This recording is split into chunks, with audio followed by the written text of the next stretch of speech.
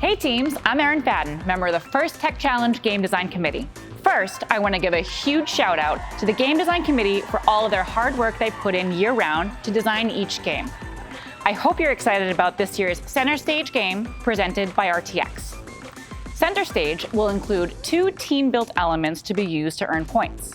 The team game element, which is called the team prop, is the team-built element that is only used during the autonomous period.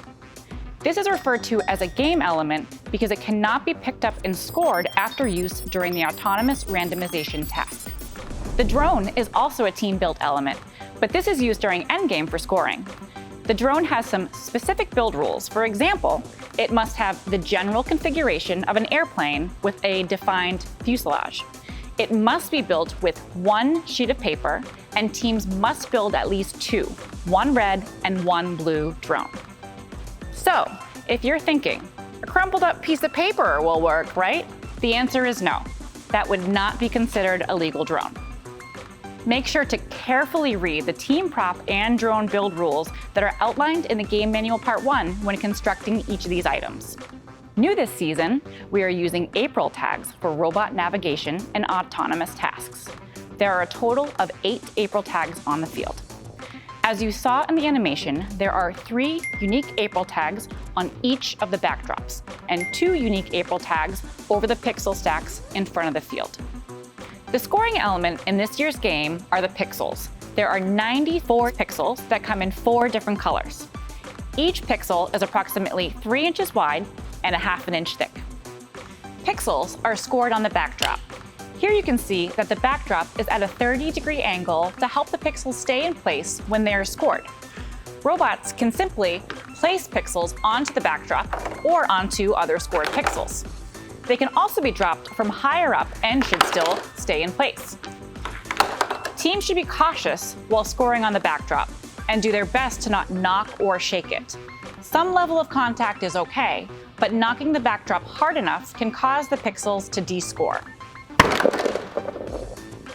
Spanning the field are the trusses, riggings, and stage door.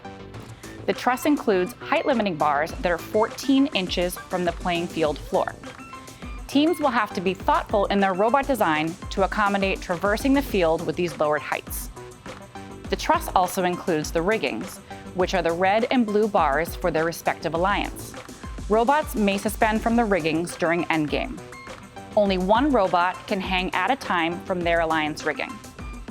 The stage door, prior to being lifted, has a 12-inch clearance from the playing field floor.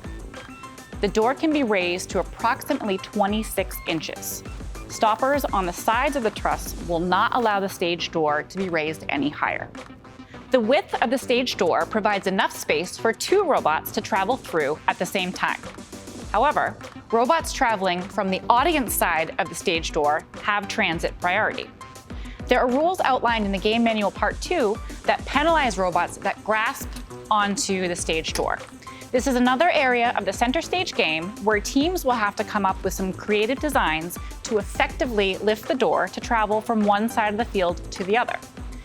And finally, as part of the end game, robots may launch their drones to score points.